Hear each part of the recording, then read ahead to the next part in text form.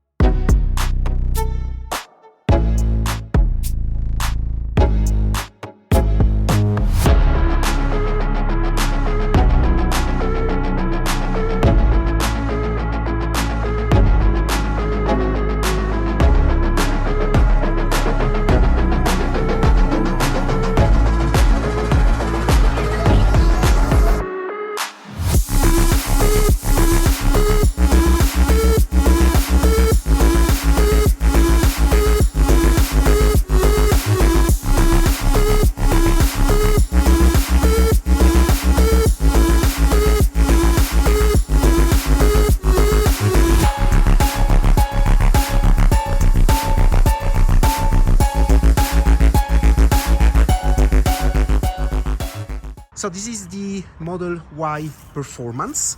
So it's the top of the food chain, and it can be considered as the SUV version of the Model 3. As you may know, it has a lot of styling similarities with the Model 3, while being a completely different car. It is higher, it is wider, but it does really look like the Model 3.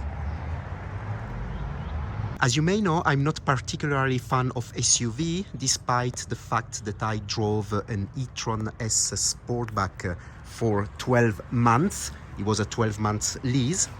But I have to say that this kind of SUVs that looks more like a traditional car are more appealing to me than the big, boxy one. What do you think about the style of the Model Y? I personally think that this performance version with the quite big 21 Uber turbine wheels, the red brake calipers, gives really a sporty look to this car. Combined with the rear spoiler, that is real carbon fiber, is not the worst looking SUV in my opinion. What differentiates the Model Y to the Model 3 is, of course, you got more room inside. So I would say that this is more a car for a family if you still have small kids, or if you just need place into the cabin. So cabin is exactly the same as the Model 3, but you get this continuous glass roof. On the Model 3 there is a bar here in the middle. That is a shame. And of course, you get plenty more storage. What I'm impressed compared to my Model 3 is that here underneath you got this storage that is way bigger than my Model 3, and you got a second one here. That is amazing. So if you need storage, Model Y could be a better choice for you than the Model 3. And looking at the front trunk, it is bigger than the Model 3, of course, this car being a raised version of the Model 3.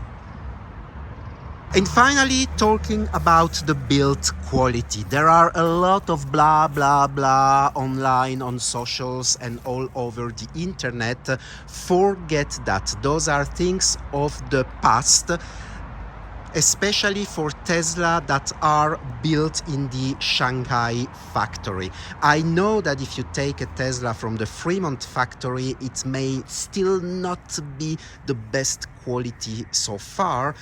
You have no issues whatsoever. Even if you go and check on details, everything looks really well assembled. And I have to say that I got no issues whatsoever with my Model 3 after 7 months of ownership. Everything is perfect. I dare you to enter into the cabin of an Audi Q4, for example, check all the hard plastic and the poor cheap quality, and then you enter into the cabin of a Model Y, and then we can talk about it. Obviously, plenty of room into the cabin of the Model Y. Look at that. I'm 172. Please make the conversion for inches, I don't know, or foot or whatever. I'm 1 meter 72 centimeters and no issues whatsoever. I'm sat in the middle now of the rear seats, and if I go here, it's even more comfortable, and plenty of legroom also. And of course, being this an electric vehicle, there's no central tunnel, so plenty of space if you want to move, no issues. That's a family car. And if we step to the driver's side, obviously you get a raised position compared to the Tesla Model 3.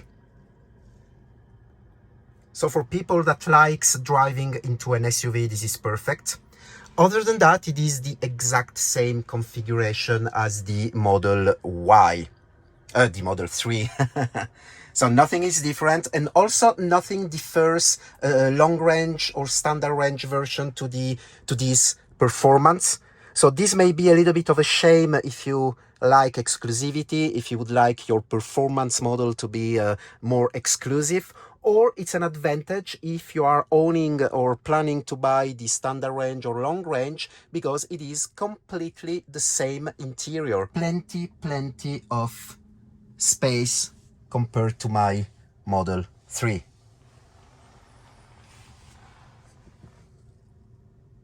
We're gonna drive the car a little bit because, again, this wasn't planned. I don't have any GoPro, so I'm gonna film only with the iPhone, which is not the safest things to do. So I'm just gonna drive it a little bit, give you my impressions, but it's gonna be good, I know it. Being this a car provided by Tesla, speed is limited to 140. I didn't plan anyway to go quicker than that. And we are located somewhere in Mars. Let's go. Ooh! Of course. What did you expect?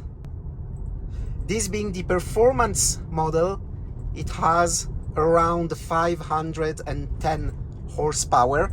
Tesla never communicated the exact horsepower on their cars, but we do know that is around 510. In comparison, I have around 460 on my Model 3 long range, and if I want, and if I got 2,000 Swiss francs to spend, I can upgrade to 499 horsepower. And this is something that I will do it at a certain point. I just did a few hundred meters, and the drive seems to be stiffer than on my Model 3. I don't think that suspensions are different. I know that in the past, the performance versions of the 3 and the Y had lower and stiffer suspensions. I don't know if it's the case now, but I didn't find this car to be that much lower compared to a standard or a long range. But I heard and I saw reviews, and the reviewers were saying that the ride is stiffer in the Y than in the 3. So far it appears to be the case. Rear visibility isn't that good. It is not good on the Model 3, but I have the impression that is even worse in the Y. When you are on a spirited driving, this Model Y is quite surprising because it handles very well. Of course, this is due this is due to the lower center of gravity, with the batteries being on the floor.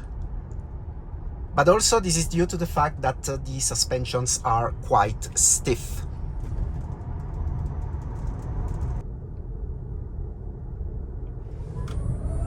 Wow, the acceleration is mental. Is a tiny bit slower than the equivalent Model 3 performance, but is still impressive. Absolutely impressive. I mean, this is the perfect car if you want to drive clean, if you want to transport your family or your stuff, but if you still want to have a spirited driving, and if you don't care about the pops and bangs. Forget the on this car. You don't need them. This is a thing of the past. Flame me on the comments, but loud exhausts are a thing of the past. This is a thing of the future. Would I consider swapping my Model 3 for a Model Y? Not sure. Not sure.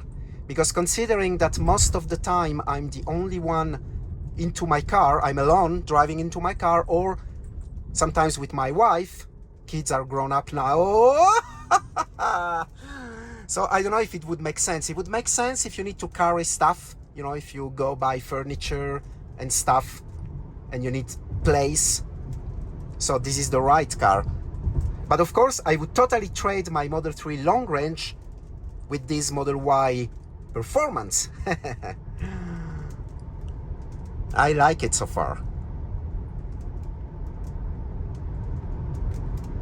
I think I need to get back now to the Tesla store because I was allowed to have this car only for 1 hour. And it's almost over. But you get the idea. I mean, if you are already owning a Model 3, then you will feel at home, just a little bit raised and maybe a stiffer drive and more place, more space. But if you are new to Tesla, then it's all about what do you prefer on a car. Would you like a more sporty look and feeling? Go for the Model 3. Would you like more SUV family feelings? Then go to the Y. As simple as that. There's nobody behind me. Let's do a 0 to 80 kilometers an hour. Actually, the feeling was so intense that I accidentally stopped recording when I was doing that 0 to 80 kilometers an hour. So this is to tell you how strong the G-force is into this car when you floor it. I have to say that since I'm driving my Tesla, all other cars means nothing to me. Yeah, it's quite a strange feeling, and I do understand the hardcore Tesla fans that I'm not. I like all cars, but I do understand that feeling that once you drive this car and you experience really what is it to drive this Tesla, then everything else seems so outdated.